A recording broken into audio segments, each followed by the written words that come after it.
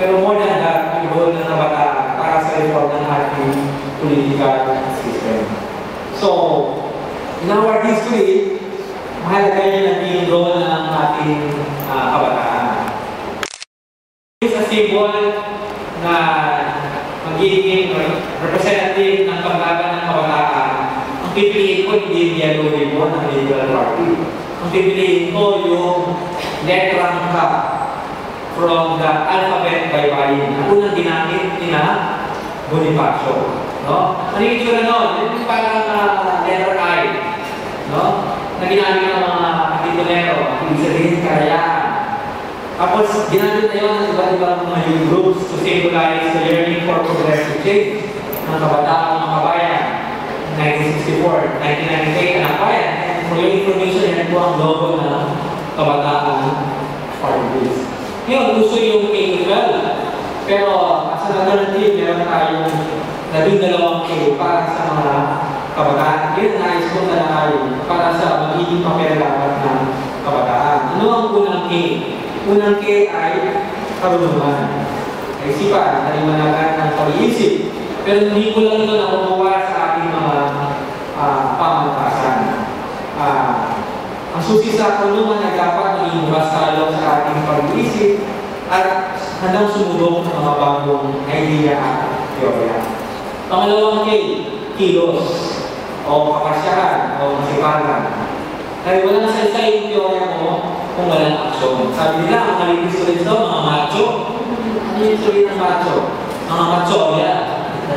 Pero hindi yan dapat teorya. Dapat laging kahantaan, inisitiba sa mga pagkilos at mabagal ang pagustong ng pagbabago kung mahanatili lang yung lumang kasipan. Pangatlong K, katapatan o kalinisan o kabutihan o ang ipunin natin kagandahan asa hindi mga material na bagay. Kabutihan na nilalaman sa pagkalima sa piling prinsipyo sa buhay. Pang-apat na K, komunikasyon. Dahil ang kabataan, hindi lang voting power. Our power to influence public opinion. Bilang mga propagandista at may sariling perspektiba, gagalanin ang ating opinion. Mapalad ang inyong komunikasyon dahil sa iba't-ibang teknolohiya na nabilis ang daloy ng komunikasyon at informasyon sa ating bansa.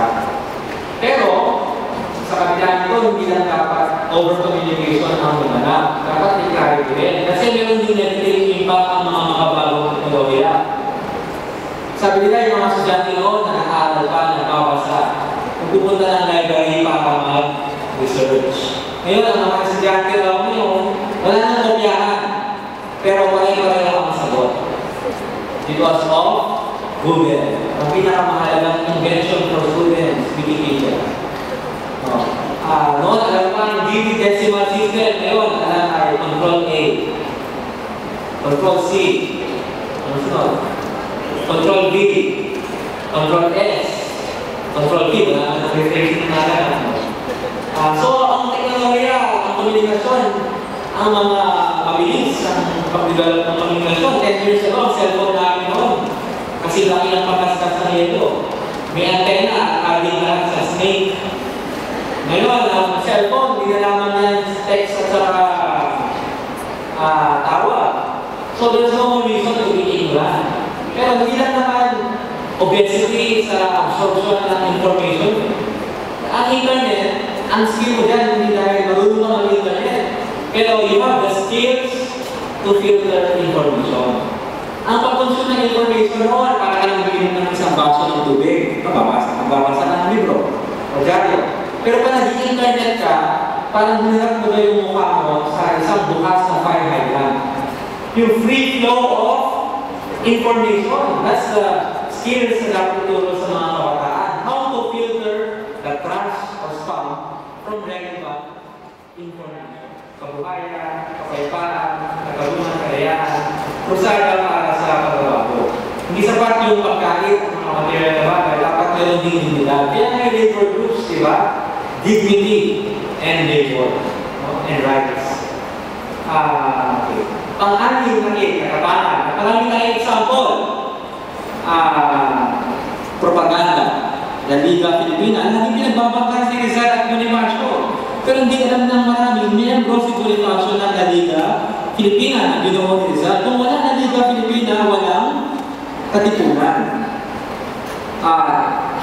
Yun nga pala, kung last year ay Rizal at 150, next year ay Bonifacio at 150. Nagsimula na yung preparation for Bonifacio at 150 at yung isang proposal ng Kabataan Party List ay integrate din yung buhay at tulong ni Bonifacio sa ating mga group. So kung may Rizal course, pero dapat din Bonifacio. Okay, Philippine-American War. Alam nyo, that's the first lost generation of our country. Yung Filipino-American War, maraming mga revolutionary Filipinero namatay yung gera mo. And because of that war, kung wala yung gera na yun, yung mga leaders natin yung 1920s, 1930s, hindi mga politicians like Quezon or Osmeña, but revolutionary leaders na nakatimunan sila. Of course, World War II, First Waterstorm, yung pagkas-militar na paglaban, at yung pagpapatalsik sa US bases noong 1991. Bikin out the US bases 20 years ago, only to invite them again in our country. So, dapat patuloy yung paglaban for sovereignty. So, pang itong komunidad. Pag sinabi natin community, kasi mataas ngayon yung level of individualism ng maraming mga kabataan. Competition ang nangyayari hindi bayanihan. Reflection economic reality ngayon. Yung traditional Filipino family, wala yan because of migration. Wala nang union, hindi encourage sa mga service sector. Wala nang mga kooperatiba, farmer entrepreneurs na ang pinopromote. Our sense of community influenced by mass media, like pamilya, kapuso, lahat na, kapatid, kamagkada. So, ang pasadapat ng komunidad yung umibabaw. And of course, it always can reinforce individualism. Ang walong kolektibo or tipunan, kapwa, dapat may pagkakalit sa pagkabutulog para tapusin yung exploitation ng our country. Ang naging siyang naking kalikasan. Dahil isa lamang ang ating daigdig at yung pabang magmamana ng ating kalikasan, kundi ang ating mga kabataan. Hindi na natin butang malinis ang Manila Bay, ang Laguna Lake, the biggest toilet in the Philippines.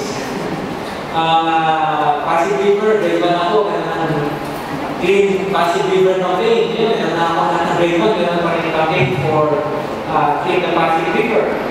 Ang question lang, 50 years from now, ano ba gusto natin mabutan ng ating student generation? Instead of white sand beaches, black sand beaches, instead of green parks, parking lots, instead of green spaces, malls.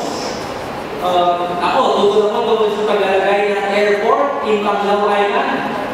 Para ang lagay ng airport in Boracay. So, in the name of development, magkakaroon daw ng airport sa Panglao Island. Yung regulation ng Manila Bay, tutuloy yan. Issue yan ngayon, ano yung coastal road, yung after Mall of Asia. Mayroong islands doon tawag doon Freedom Island. It's a bird sanctuary. Yung mga migratory birds from China, punta ng Australia, stop over muna doon sa bird sanctuary na yun. Ang gagawin ka, i-rate nila yun.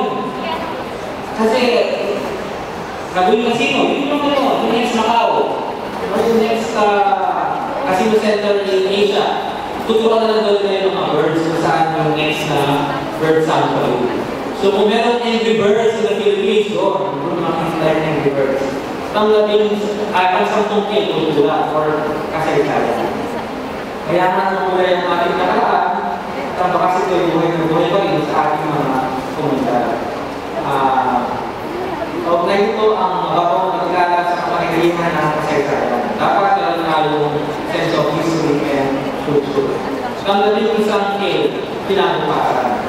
Kasaganahan at kaginhawakan. Pag-asa ng bayan, gagamitin yung lakas sa talino ng kabataan. At ang pang-12 of course, ang kabataan. Dahil ang kabataan, yan natakda ng personalidad, attitude, at gawin ng tao. Laging binabanggit na isa ako sa pinakabata niya ng Kongreso, pero kahit na youngest. May mas bata pa sa akin sa Kongreso. Yun nga lang, sila yung mga anak ng mga nag-filters na. So hindi yan sa edad, hindi sa uri ng politika na yung sinutulong. So dapat manatili tayo bata, para tayo manatili yung bata, pag meron tayong prinsipyo, ipinag-alaban. So sa mga kabataan, as students, we can engage our public officials. The question is, when was the last time that we engage our public officials? Ako po, laging nakatanggap ng sulat from elementary and high school, college school students. Congressman Valentino, please don't vote for reproductive health bills. Kahit parang may kasi may mga words of hindi maintindihan, parang bapus. Parang hindi sila ng elementary student. I appreciate those letters kasi they attempt to influence my vote. Now, from college students, I always receive solicitation letters. Which is not wrong. Pero imagine niya na kung ano yung mga sulat na binibigay sa iba nating mga leaders. No? Just prove for our public officials na hindi lang patronage politics ang concern natin, hindi lang resources ang gusto natin.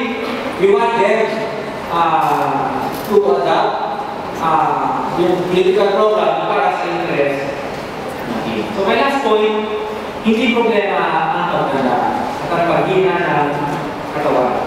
Kung natin yung bata ang ating pag-iisip at pagtingin sa ating